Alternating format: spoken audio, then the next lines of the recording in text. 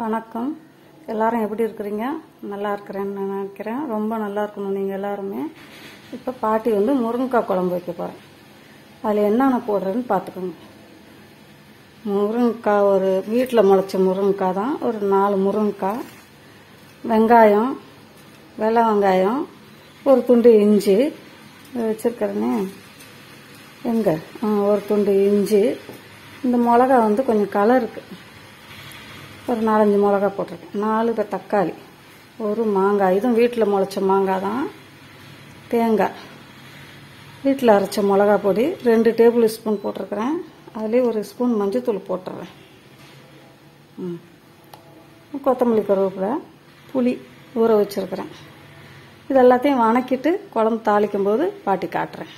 இப்போ அடுப்பு பற்ற வச்சுட்டேன். சட்டி காஞ்சிருச்சு. சட்டி காய வச்சுருக்கேன். காஞ்சிருச்சு. எண்ணெய் ஊற்றிக்கிறேன். இந்த குழம்பு ரொம்ப நல்லாயிருக்கும். 2 நாளைக்கு நீங்கள் வச்சு சாப்பிட்டோன்னா அருமையாக இருக்கும்.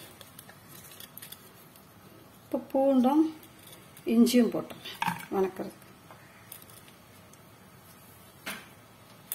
அது கூட நறுக்கி வச்ச வெங்காயத்தை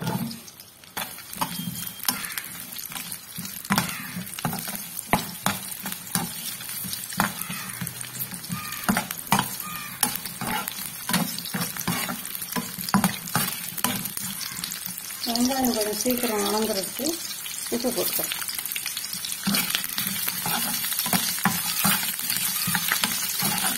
இந்த குழம்பு அருமையாக இருக்கும். இதுக்கு தொட்டுக்கிறது கூட எதுவுமே சைட் டிஷ்ஷே தேவையில்லை. அவ்வளோ நல்லா இருக்கணும். செஞ்சு சாப்பிட்டு பாருங்க. பிள்ளைங்களுக்கும் செஞ்சு கொடுங்க. முருங்கைக்காய் இப்போ சீசன். வீட்டுங்களில் முருங்கைக்காய் இருந்தாலும் பறிச்சு இந்த மாதிரி அடிக்கடி செய்யுங்க. ரொம்ப நல்லாயிருக்கும். நான் மாங்காய் போடுறது ஆப்ஷன் தான். நீங்கள் வேணும்னா போட்டுக்கலாம், வேணாட்டி போடலாம். வீட்டில் நிறைய மாங்காய் காய்ச்சி கிடக்குது. அது ஒன்று எடுத்து போடுறேன். ஒரு நாளைக்கு உங்களுக்கு வெளியில் மாங்காய் மரம், பப்பாளி மரம், கொய்யா மரம், வாழைக்காய் மரம், நிறைய மரம் வச்சுருக்கிறேன். அதை காமிக்கிறேன்.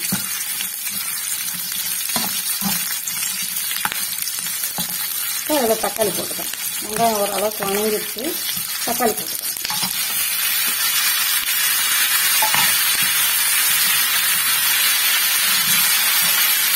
தக்காளி பழம் நறுக்கி வச்சு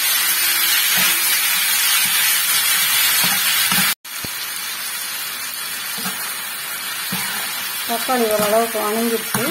இதை எடுத்துடுறேன்.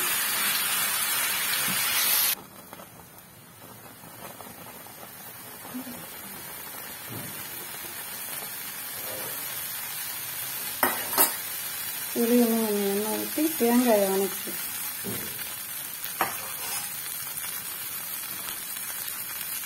தேங்காயை நல்லா வணக்கணும்.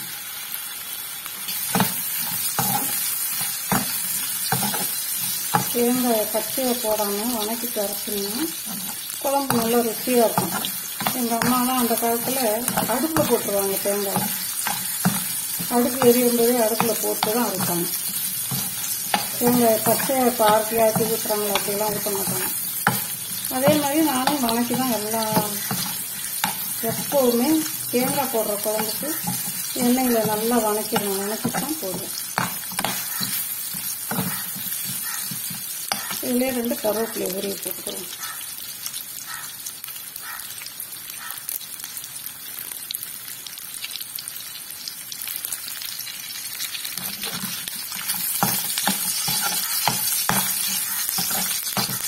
இந்த மாதிரி வணக்கிட்டு அரைச்சிங்கன்னா நல்லா இருக்கும். குழம்பு வாசமாக இருக்கும். குழம்பு கெட்டு போகாது.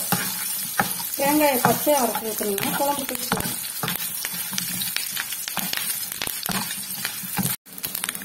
இந்த வரமிளகாயை போட்டேன்.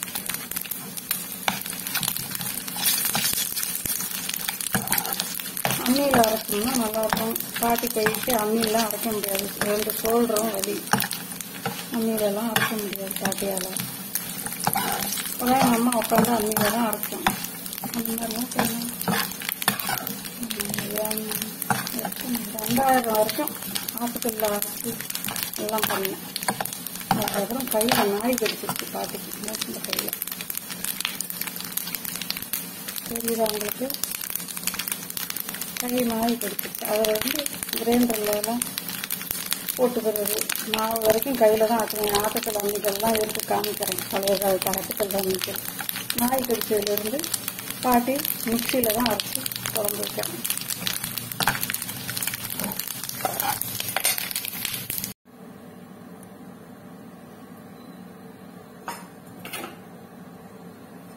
சட்டி காஞ்சிருச்சு, எண்ணெய் ஊற்றிக்கிறேன்.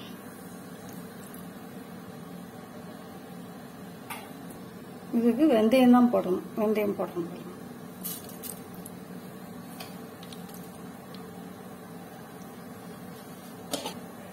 தக்காளி பழம் மாங்காய் போடுறதுனால புளி பாட்டி ரொம்ப கம்மியாக தான் வச்சுருக்கிறேன். இந்த பாருங்க, இவ்வளோதான் புளி, இவ்வளோதான் புளி. இதுக்கு மேலே போட்டுறாதீங்க, குழம்பு ரொம்ப புளிக்கும். கொஞ்சம் தான் போட்டிருக்கேன். அது நாய் கடிச்சு ஒரு 20 வருஷம் ஆச்சு. அது அப்போலோ ஆஸ்பத்திரி கூட்டிகிட்டு போய் நல்லா ஆக்கி இப்போ நகம் அதில் வளராதுன்னு நினச்சேன். பாதி கையை துண்டா ஸ்ட்ரீட் நாய் வாசத்தொழிக்க போகும்போது அது அங்கேருந்து ஒடியாந்து திடீர்னு அப்படியே என் கையை பிடிச்சிருச்சு. அது எனக்கும் தெரியல, அது பைத்தியமான்னு பாவம் கடிச்சிருச்சு. அதுக்கு என்ன பண்ணுறது நம்ம?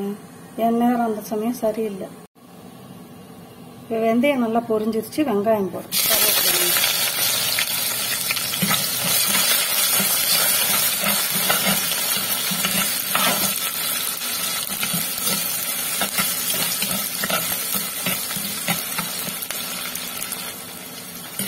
முருங்கைக்காயை போட்டு நல்லா வணங்குற வரைக்கும் அதுக்குள்ளே நான் தேங்காய் தக்காளி வெங்காயம்லாம் அரைச்சிக்கலாம்.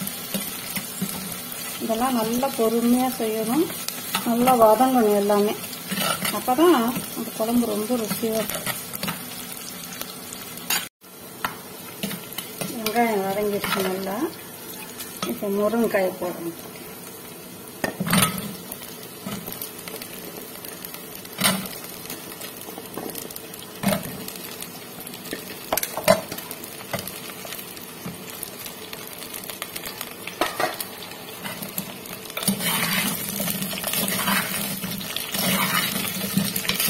நல்லா வதங்கட்டும்.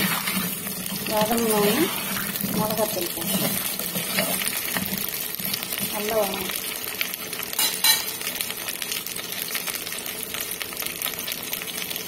மூடி வைக்கணும். திறந்து பார்க்கலாம்.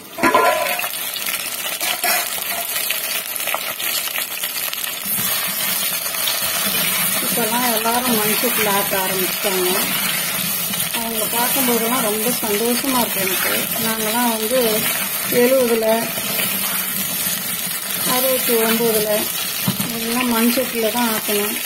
மண் அடுப்பு மண் அடுப்பு தான். மண்பானையில் தான் சோறு வடிப்போம். எங்கள் அம்மாலாம் மண்பானையில் சோறு வடிப்போம். மண்பானையில் கழிச்சு எல்லாரும். நாங்களாம் ஒரு 82ல் மண்பானையில் தான் நான் சோறு வடிப்பேன். எங்கள் மாமியார் வச்சுட்டாங்க.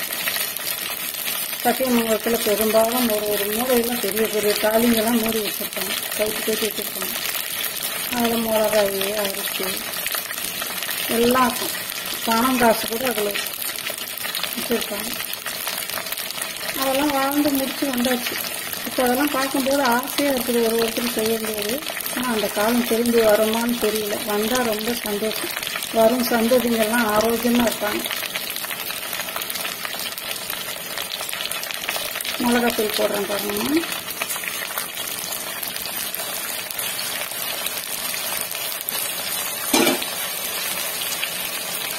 இனி வரும் சந்ததிங்கெல்லாம் அந்த மாதிரி பண்ணாங்கன்னா ரொம்ப சந்தோஷமா இருக்கும்.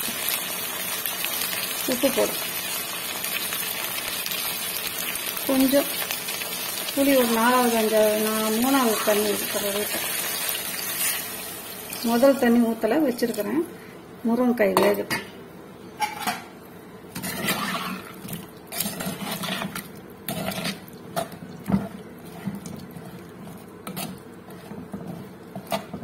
அந்த மாதிரி ஆரோக்கியமாக சாப்பிட்டு எல்லாரும் அந்த மாதிரி இருந்தீங்கன்னா அதை விட சந்தோஷம் எதுவுமே கிடையாது.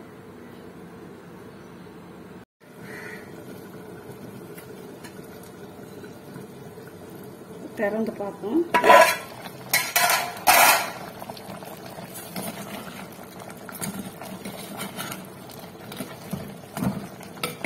இன்னும் கொஞ்சம் முருங்கைக்காய் வேகணும். இன்னும் கொஞ்சம் வேகமாக இருக்கும். முருங்கைக்காய் நல்லா வேகட்டும், பொறுமையாக இருக்கும்.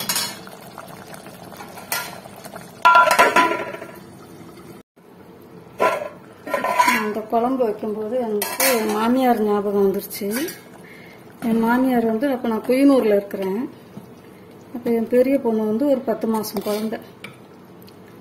அப்போ அவங்க வந்து ஒரு வாரம் 2 வாரத்துக்கு ஒரு தடவை வருவாங்க, வியாபாரம் பண்ணுவாங்க, வாழைக்காய் வியாபாரம். வந்து அவங்க இல்லை அவங்க போன அப்புறம் தான் அரிசி சோறு ஆக்குவேன். அவங்க வந்துட்டாக்கா களி ரக்கரி பறிச்சுட்டு வந்து பக்கத்துலேயே தோட்டத்தில் பறிச்சுட்டு வந்து களி கிளறி அந்த களி தான் சாப்பிடுவாங்க. இந்த அரிசி சாப்பாடுலாம் அவங்களுக்கு பிடிக்காது. அதையும் நான் சாப்பிடுவேன். ஏன்னா நான் சென்னையிலேயே வளர்ந்துட்டேன். நான் சென்னையிலேருந்து தான் என்னை கோபிச்செட்டிப்பாளையத்துக்கு கல்யாணம் பண்ணி கொடுத்தாங்க. எங்கள் வீட்டுக்காரர் கோபிச்செட்டிப்பாளையத்தில் பிறந்தவர். கல்யாணம் பண்ணி அப்புறம் சத்தியமங்கலத்துக்கு போய் அங்கே வீடு இடம்லாம் வாங்கி வீடு கட்டி அங்கே இருந்தோம். பிள்ளைங்க படித்ததெல்லாம் அங்கே தான். எனக்கு இந்த குழம்பு வைக்கும்போது என் மாமியாரோட ஞாபகம் இருக்கும். நல்ல உழைப்பாளி என் மாமியார். களி கிளறுவாங்க. நாங்கள் பெருசாக குழம்பெல்லாம் வைக்க மாட்டோம். 2 தக்காளியை வணக்கி, தக்காளி வெங்காயம் எல்லாம் போட்டு வணக்கி சட்னி அரைச்சிட்டு சாப்பாடு வடித்து சாப்பிட்டுக்குவோம். எப்பயாவது ஒரு சமயம் தான் குழம்புலாம் வைப்போம். குழம்பு இப்போ இந்த வெங்காயம் தக்காளிலாம் வணக்கி அரைச்சோம் பார்த்தீங்களா, அதை போடுறேன். தேங்காய், வெங்காயம், தக்காளி, வெள்ளை வெங்காயம், இஞ்சி, ஒரு துண்டு இஞ்சி, இது போடுறேன். நான் என் மாமியாரை பற்றி பேசிக்கிட்டே இந்த கதையை விட்டுட்டேன். எப்படி போட்டீங்களா?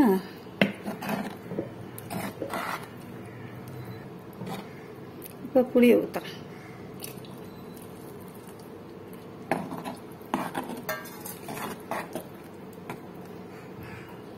இந்த மிக்சியை கழுவி கொஞ்சம் தண்ணி ஊற்றிக்கிறேன்.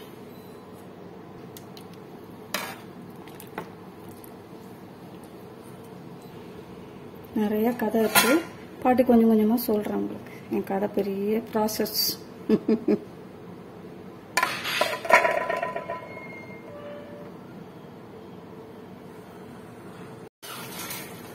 இப்போ மாங்காய் போடுறோமா, மாங்காய் போடுறோம் கடைசி, அவ்வளோதான். அதுக்கப்புறம் கொத்தமல்லி தழை.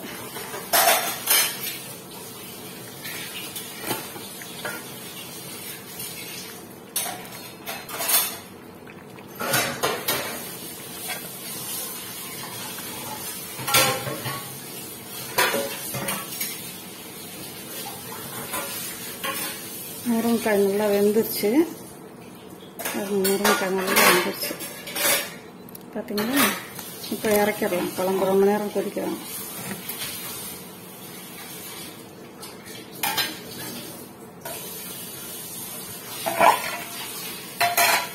மறக்காமல் பாட்டி சேனலை சப்ஸ்கிரைப் பண்ணுங்கள், லைக் பண்ணுங்கள், ஷேர் பண்ணுங்கள்.